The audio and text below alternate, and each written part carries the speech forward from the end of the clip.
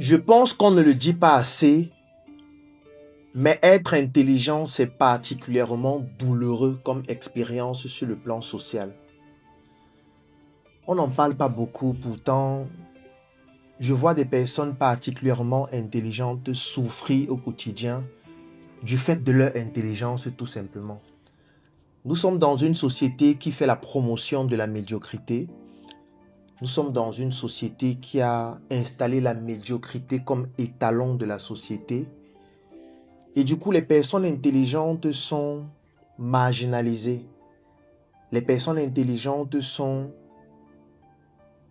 détruites dans leur bien-être, dans leur capacité à s'intégrer, mais surtout détruites par le fait d'avoir beaucoup de difficultés à pouvoir se retrouver dans une société qui ne promeut que la médiocrité. Tous les jours, on vante l'intelligence, on vante la sagesse. On explique comment il faut faire pour être intelligent, comment il faut être plus sage.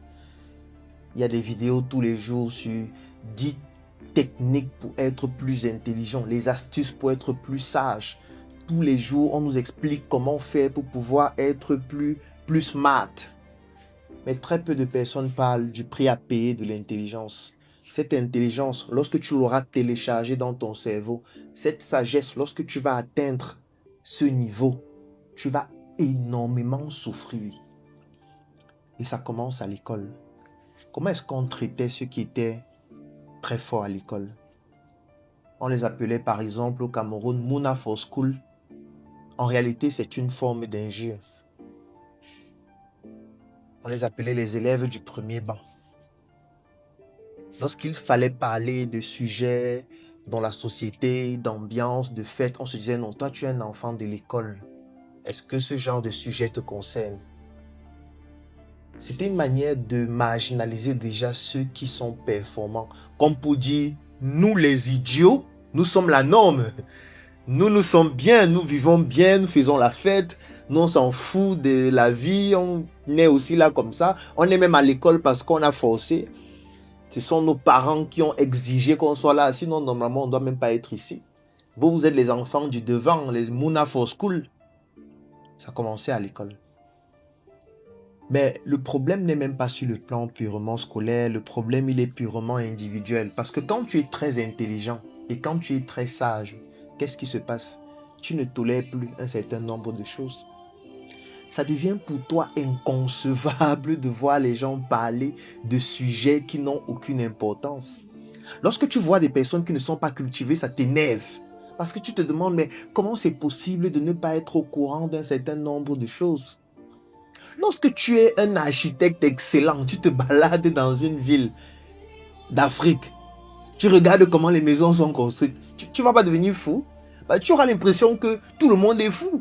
Tu te dis, mais comment est-ce qu'on construit les routes de cette façon? Comment est-ce que les hôpitaux sont constitués de cette façon? Comment est-ce qu'on prend en charge les patients de cette façon? Comment est-ce que les gens peuvent avoir des débats aussi futiles? Comment est-ce que sur les réseaux sociaux, les sujets qui attirent le plus l'attention, ce sont des sujets sur des... Mais c'est quelque chose de brutal sur le plan humain.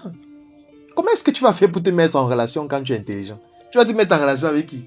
Parce que tu es avec ta copine, parfois tu vas lui dire, qu'est-ce que tu penses du boson de X? Elle te dit que le boson de X, c'est quoi? Tu deviens déjà fou.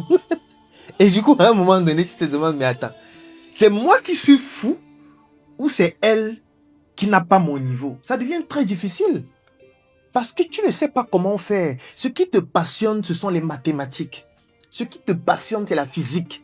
Ce qui te passionne, ce sont les sciences. Ce qui te passionne, ce sont les sciences politiques. Ce qui te passionne, c'est l'intelligence, le savoir, la connaissance. Mais tu es entouré de personnes qui ne s'intéressent pas à ça. Tu es entouré de personnes qui estiment que s'intéresser à ça, c'est être quelqu'un d'ennuyeux. Tu vas faire comment? Moi, je dis toujours qu'on ne peut pas faire l'amour pendant 24 heures. Tu ne peux pas te mettre avec quelqu'un, vous faites l'amour pendant 24 heures. Ce n'est pas possible. Et même si vous réussissez à le faire le lendemain, peut-être vous allez passer toute la journée sans travailler. Après l'amour, vous allez faire quoi? Il faut bien discuter, il faut bien parler de quelque chose.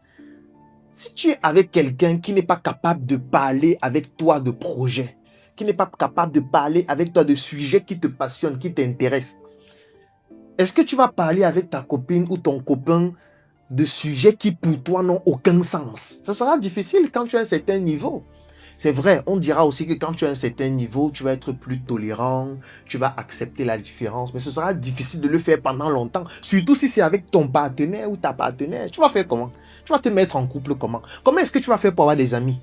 Tes amis tous les jours sont en train de parler du football, sont en train de parler des femmes, sont en train de parler d'une nouvelle fête qu'on va organiser. Toi, tu es en train de réfléchir sur comment faire pour créer des nouvelles théories d'adaptation des algorithmes d'intelligence artificielle. On te prend comme un fou. C'est la folie. Le prix à payer de l'intelligence est quelque chose de terrible, surtout dans une société qui installe la médiocrité comme étalon de la société. Et qu'importe le secteur d'activité dans lequel tu es intelligent, ce sera la même chose. C'est ce qui pousse parfois les personnes très intelligentes à se refermer sur elles-mêmes, à ne plus rien dire, à fuir, à faire semblant d'être idiote, pour pouvoir se fondre dans la masse et ne pas être indexé, ne pas être étiqueté à tout moment. Ces personnes commencent à avoir peur de parler de leur projet parce qu'elles se disent qu'en parlant de leur projet, on va les considérer comme des personnes folles. Mais comment toi aussi tu peux dire que tu vas créer une centrale nucléaire? Toi aussi, tu exagères. On est là, on n'a pas le feu de bois. Tu nous parles des centrales nucléaires. Alors que peut-être tu en as le potentiel, tu en as le talent.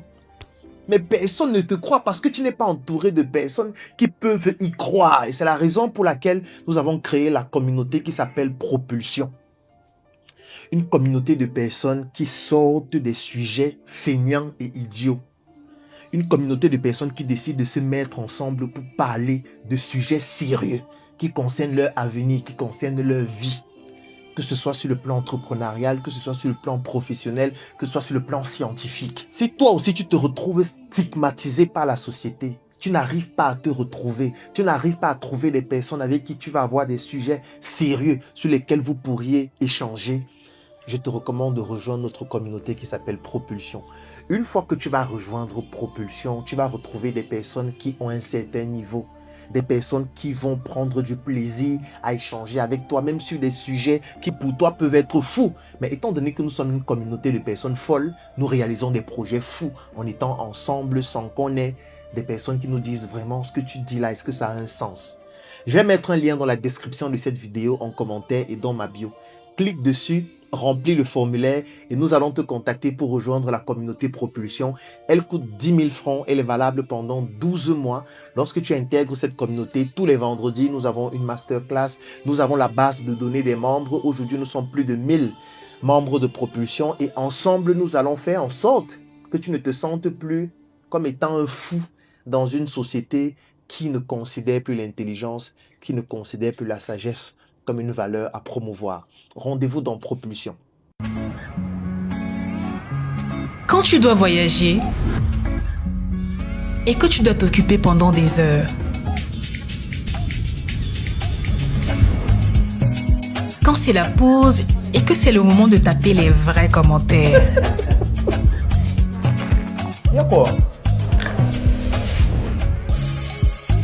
Quand tu as besoin d'être seul, juste toi et ton écran pour être toi-même. Joyeux anniversaire. Désolé. Quand c'est le premier rendez-vous et que tu dois prouver, mais sans trop en faire.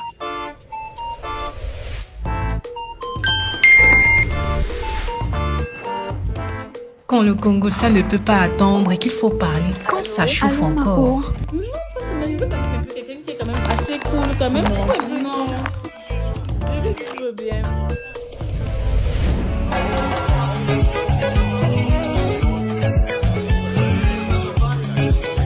Quand tu as déjà mis tous tes organes sur le match.